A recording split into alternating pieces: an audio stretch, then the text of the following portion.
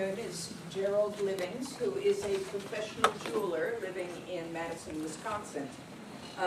Gerald first started studying jewelry making when he was doing historical reenactment as a teenager, and ultimately it became his career. And so his interest in jewelry manufacturing processes is informed by the necessary mechanics as well as a love for the period. His interest in aglets started in 2014 when he saw a YouTube video of somebody making aglets and thought, that can't be right, and intended to write a 2-paragraph note. For a newsletter? Yes, for a small newsletter. It is much more than 2 paragraphs now. So we're going to hear about that. Techniques for manufacturing aglets in 16th century England, comparisons and conjecture. This is an apple, so I'm not sure how good it would work exactly. How about that better start? Okay. Perfect.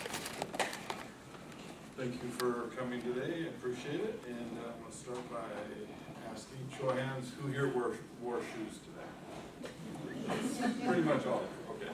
Well, I see you guys watching. If you wore shoes, there's a really good chance that you wore aglets in the room with you today. And you probably have a bunch of them at home, but you'll figure that out. First, I want to say thank you for attending my presentation. My name is Jerry, and my presentation today will be about aglets. I'd like you to visit my website later, where you can download a copy of my paper, as well as find additional resources about aglets, several pages, videos, and other stuff.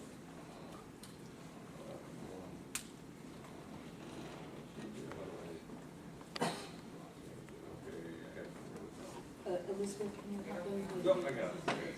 Well, I will cover it. What are aglets? Basically, what aglets are, how and when they're used, and aglet types, if you know the types, and with some proposed additions to the system of classification. I will also touch on manufacturing aglets a little bit. Okay, what are aglets?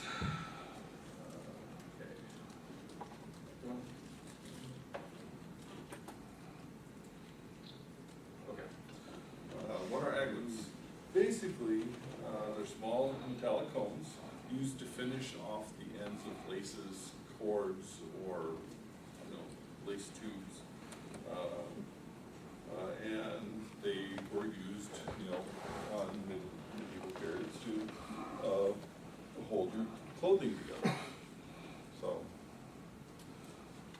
most of them were meant to be used on everyday clothing and were very simple, but in later periods they could get 15th, 16th, 17th century, like the illustration from the lady we just saw in the picture, very fancy, holding sleeves together.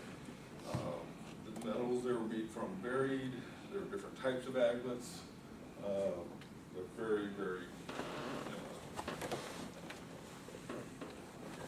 Now, an aglet placed on either end of a cord makes what is called a point. So basically, that's a point. And if you look at your shoelaces, that counts as a point as well. Most were fancy, were simple and plain, and some were very fancy for showing off your wealth. There were many different types of aglets. The metals they were made from varied, the shapes varied, and the attachment methods of attaching the aglet to the cord varied quite a bit. Okay. Now, this is the current definition of aglets. As it stands today, there's 3 different types. I've simplified it a bit because the current system is very complex and vague and hard to understand.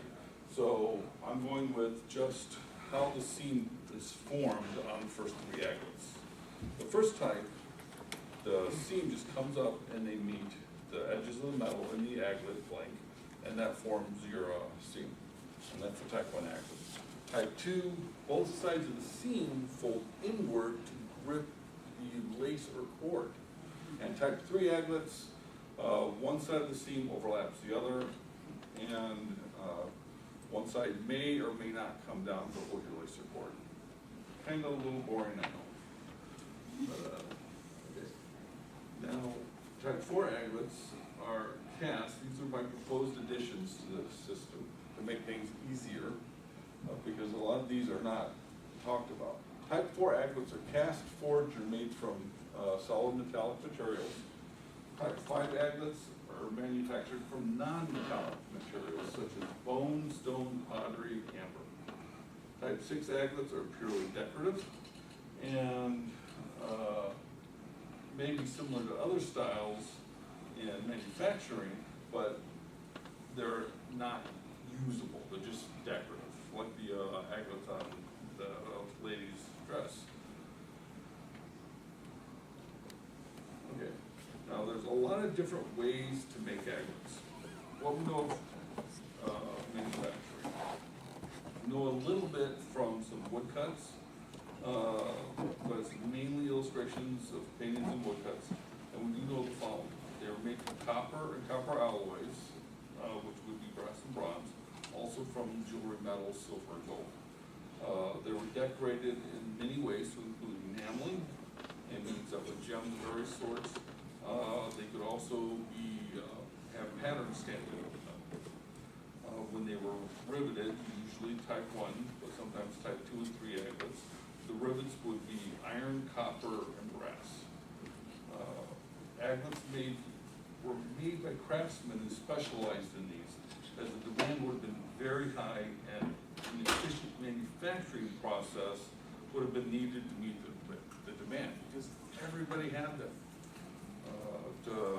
Like the gentleman in the slide before, it would take several dozen to wear just that normal clothing every day.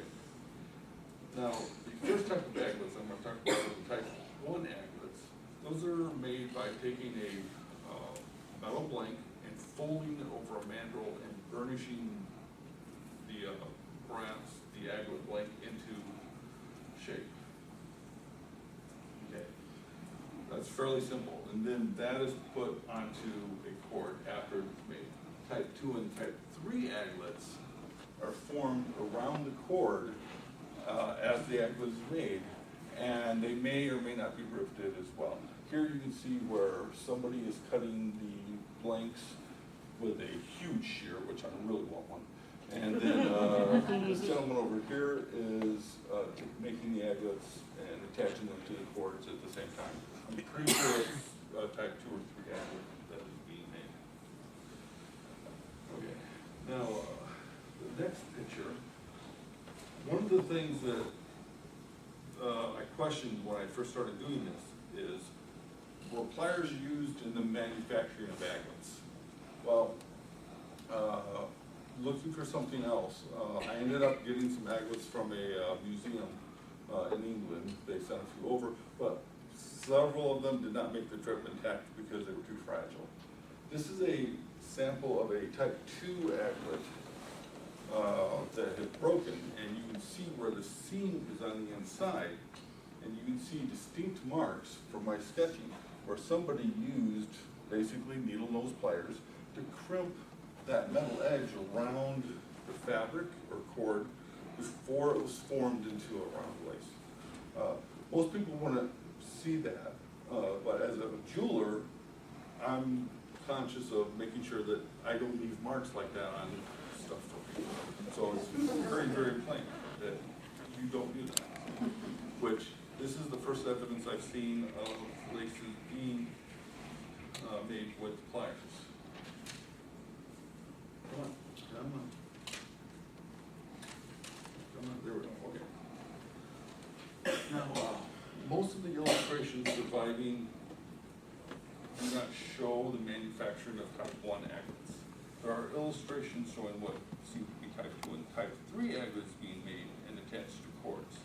Now, one thing that is clear, that anvils were definitely used in the manufacturing of type 2 and 3 aglets. And we made one here, and this works extremely well. So I am confident that those are accurate descriptions or depictions of type 2 and type 3 aglets being made.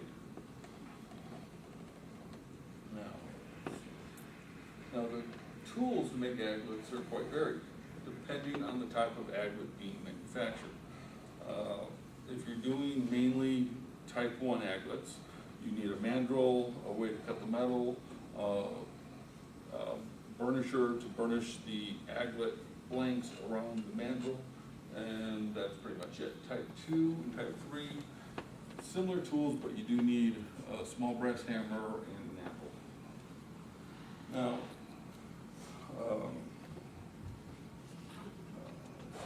okay. Now, one thing I did find interesting is that aglets were one of the few things where men and women were able to take and work on them together and side by side. This is a very bad translation on my part because I don't speak French, but there are some guild regulations that says that the judgment of the parliament for widows of doers of aigulets remarried to another man, they can continue the business. So a widow could continue making aglets and selling them and continuing that while she's married to somebody else, which is very interesting. Okay. Now, what are the technical skills needed to make aglets? Well, they can be taught fairly quickly within a matter of a few days, but they're going to be very similar to some of the very basic skills needed to make jewelry. You're working with very small, fine metallic objects, and then using rivets and stuff to attach them to cords, all the while keeping things very polished and nice, so it can look good. Now, trying to figure out how these were made, you're having to work back. So by knowing jewelry, you are able to work back and figure out, because of the form, you can work back and figure out how to get that form. And then, okay. Sorry, I'm getting a little lost here. Well, one thing is clear. Okay, most basic tools would be sorry, I'm getting lost here a little bit. Okay, now going back to making the aglets, it's easy to take and figure out how to make them because you're working back. We know that the use they need to be at, and so we know what we need to do to get to that point. And that informs us by practicing and trying out different processes, how they would have done it back then. Back then, they wouldn't have had things like sandpaper and rotary tools and stuff. So that allows us to understand better how people worked and manufactured stuff and did processes back in the day. And also, by doing that, we can better date where the aglets came from. By knowing how to make something, we can date it better. A lot of times when aglets are dug up, they're basically, dated like early medieval era to the post-medieval era. It's like that's very broad. By being able to figure out how to make them and narrow our time down, we should be able to find aglets with something and be able to better date the objects that were found with those aglets. So, and we'll go to the next page. Okay, summary. Okay, so I'm going fast here, sorry. So manufacturing aglets, basically, okay. There are small items, pretty much something everybody owned, and then and now, a lot of you have them at home. The tools are very similar to those used by jewelers of the past and of today. And while the techniques vary a slight bit, they're fairly uniform to them being similar in use. Function drives form. So, now, one thing that is notable is a lot of people will say, when you read the literature, it's like, oh, rivets were used in aglets. nobody ever sewed them. It's like, well, they were attached in a lot of different ways. There is a little bit of evidence that aglets were returned to jewelers for the fancier ones for repair, and that kind of begs the question, they were probably sewn on, because removing an aglet that was riveted from a cord to a cord, and then having to repair it and put it back on the cord with rivets, very hard to do, and it's going to do a lot of damage. So there is some evidence that aglets were sewn. A lot of them were compressed on the ends, and basically, very simple. And well, let's see, at this point, I'm going a little fast, but I'd like to invite you to come up, grab a card from me. You can download this presentation at my website, livingstonjewelers.com, aglets, and a lot of other different materials, as well as a long paper I wrote about aglets. So, We have 15 minutes left, and we need to use some of that for Q&A. So may I suggest that we have about 10 minutes of Q&A, and then people can get their close look at the aglet. Hi, this is a question for Gerald. Thank you very much for your presentation. I noticed that you said you discussed the gendering of the production of aglets and how it was unusual for a woman to own a business. well, Or could you refine that again? it's not so much that I found unusual, it's from the little bit I know, and I will admit I'm coming from this from a different viewpoint than a lot of art historians. I don't see a lot of images of women in the jewelry field or doing craftsman-like stuff like that. It's usually the guys, and to find regulations where it states plainly where it's like, oh, a woman can do this as well. It implies that the woman was working with her husband before that point, because it's not something you can just, it's like, oh, the husband died, so I'll just take over the business. I have no idea how to do it. She would have to have been working with him to do it beforehand. Well, just to follow up on that, I think that maybe it would be helpful if you went back and looked at that again, because I think there's evidence to show that women would often work side by side with their husbands in a variety of different industries, including textiles, wool, book production, especially when you get into printing presses. Women were really important in that. And Etienne Boileau was one of the first, he did the first survey of the métiers, the jobs in Paris in 1261, and he lists women doing different professions. Oh, okay, great. Grab one of my cards and email me, with any links or information. I'd be happy to look that up and add it in. Thank you. Another question? This is for Jerry. At the before, while you were being introduced, they said that you read an article on aglets and said, "Oh, that can't be right." Would you like to elaborate and say whether I think we'll excuse him from naming. Yes, but it was a, you know how you'll go on the internet and you'll look for something, 3 hours later you're looking something totally different? That was one of those type of readings.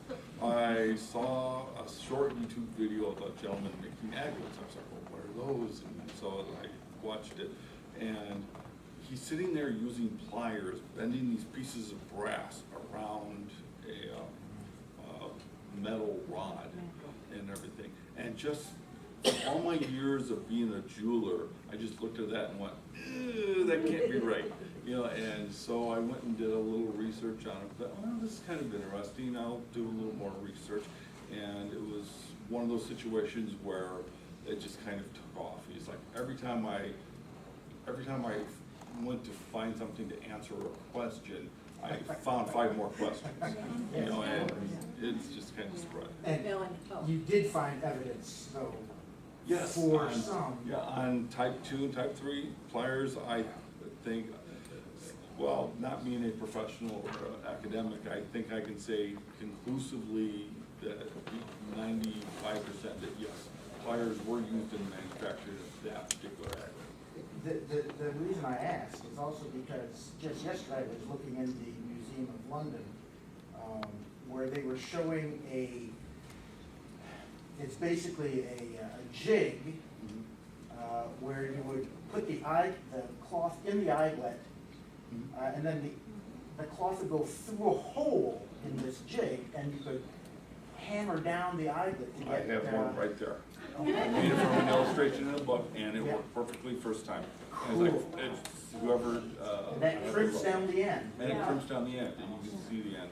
It's about 30% closed. Melanie? Neat.